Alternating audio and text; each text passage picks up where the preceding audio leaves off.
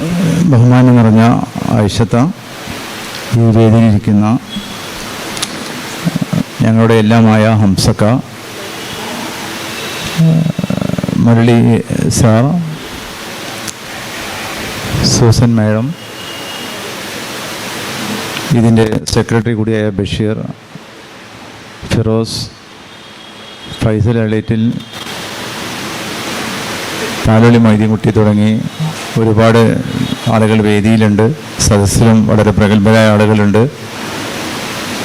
എല്ലാവരെയും ഒന്നുകൂടി സ്വാഗതം ചെയ്യുകയാണ്. ഐഷത്തയുടെ നവതി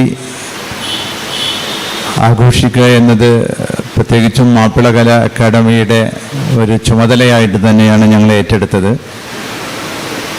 ഒരുപാട് ആഘോഷങ്ങൾ ഐഷത്തക്ക് കിട്ടിയിട്ടുണ്ടാകും, ഇവിടെയും കിട്ടിയിട്ടുണ്ട്. എന്തോ ദൈവം നമ്മുടെ ഈ ഭൂമിയിലേക്ക് ഇറക്കി തന്ന ഒരു പ്രത്യേക മനുഷ്യനാണ് ഐഷത്ത എന്ന് എപ്പോഴും തോന്നിയിട്ടുണ്ട്.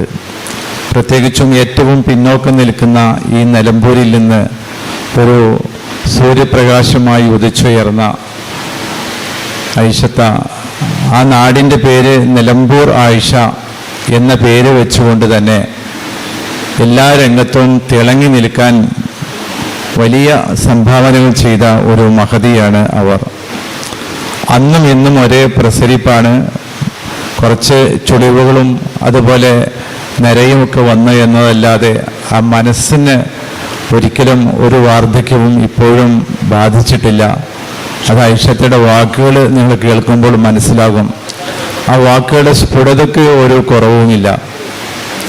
ചരിത്രത്തിലേക്ക് തിരിഞ്ഞു നോക്കുമ്പോൾ ഒരുപാട്, ഏകദേശം എനിക്ക് തോന്നുന്നത് 60ഓളം ഫിലിമുകളിൽ അഭിനയിച്ചിട്ടുണ്ട്. അത്ര തന്നെ നാടകങ്ങളിൽ അഭിനയിച്ചിട്ടുണ്ട്.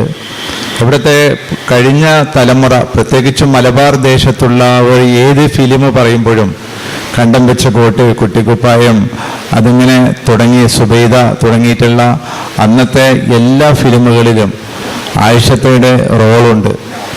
എൻ്റെ ഒരു അന്വേഷണത്തിൽ, ബഷീർ കൂടുതൽ അന്വേഷിക്കുന്ന ആളാണ്, പക്ഷേ എൻ്റെ ഒരു അന്വേഷണത്തിൽ ഒരു വലിയ ധനിക കുടുംബത്തിലാണ് ആയിഷത്ത ജനിച്ചിരിക്കുന്നത്. പക്ഷേ പിന്നീട് ദരിദ്രയായി. അപ്പോൾ ഒരുപക്ഷെ ആയിഷത്തക്ക് സമ്പത്തിൻ്റെ ഗുണവും ദാരിദ്ര്യത്തിൻ്റെ ഗുണവും രണ്ടും അവർ ആസ്വദിച്ചിട്ടുണ്ടാകും. അവരുടെ വിവാഹ ജീവിതത്തെക്കുറിച്ച് അന്വേഷിച്ചപ്പോൾ അത് അതിലും വലിയ രസാവഹമായിട്ട് തോന്നിയിട്ടുണ്ട്.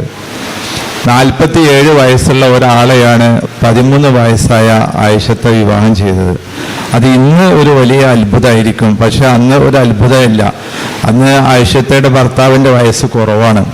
കാരണം 60 വയസ്സ് 70 വയസ്സായ ആളുകൾ 4ാമത്തെ 5ാമത്തെ വിവാഹം 13കാരിയും 14കാരിയെയും ഒക്കെ, ഇപ്പോൾ ജബ്ബാറൊക്കെ ഇവിടെ ഇരിക്കുന്നുണ്ട്, അദ്ദേഹത്തിന് ആ കഥ കൂടുതൽ അറിയാൻ പറ്റും. കാരണം അങ്ങനെ ഒരു കാലഘട്ടത്തിൽ നിന്നത് മാറി ഇപ്പോൾ ആ ഒരു ജീവിതത്തെക്കുറിച്ച് തന്നെ പറയുന്നത് ആകെ 10-50 ദിവസം മാത്രമാണ് കല്യാണം ഉണ്ടായത്. അത് കഴിഞ്ഞ് ആയിഷത്ത സലാം ചൊല്ലി പിരിഞ്ഞു പോന്നു.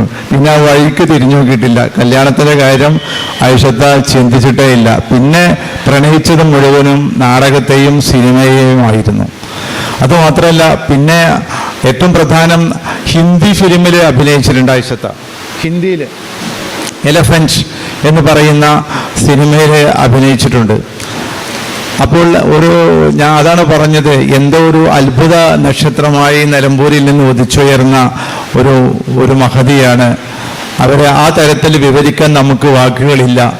അവര് പറന്ന് ആകാശത്തോളം ഉയർന്ന് ഇപ്പോഴും പറന്നുകൊണ്ടിരിക്കുകയാണ്. പാട്ട് പാടും, അഭിനയിക്കും, നാടകമാണെങ്കിൽ നാടകം, സിനിമയാണെങ്കിൽ അത് ഏത് കയ്യിൽ കിട്ടിയാലും പുല്ലുപോലെ അത് സ്വന്തമാക്കുന്ന ഒരു വലിയ ഒരു മായാജാലം തന്നെ സൃഷ്ടിക്കാൻ ആയിഷത്തക്ക് കഴിഞ്ഞിട്ടുണ്ട്.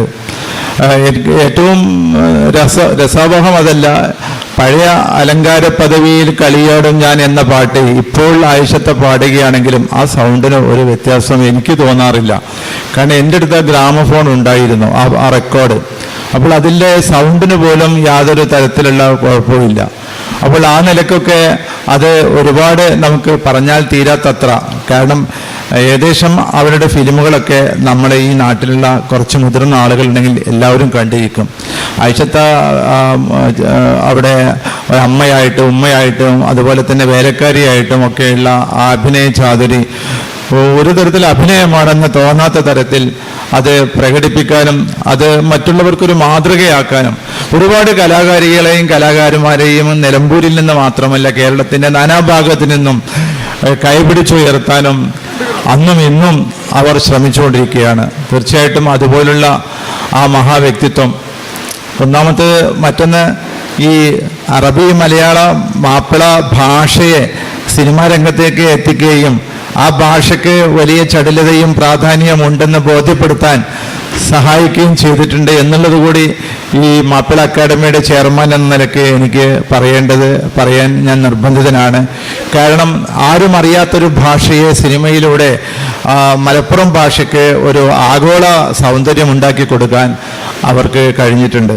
അപ്പോൾ ഈ തരത്തിൽ നമ്മുടെ ഈ സമൂഹത്തിന് അതോടൊപ്പം തന്നെ നമ്മുടെ നാട്ടിന് കേരളത്തിന് ഭാരതത്തിന് മഹാസംഭാവനകൾ നൽകിയ അവർക്ക് അടുത്താണ് സംഗീത നാടക അക്കാദമിയുടെ അവാർഡ് കിട്ടിയത്. പിന്നെ അവാർഡുകളുടെ എണ്ണം നോക്കുകയാണെങ്കിൽ അതൊന്നും പറഞ്ഞാൽ തീരെയില്ല.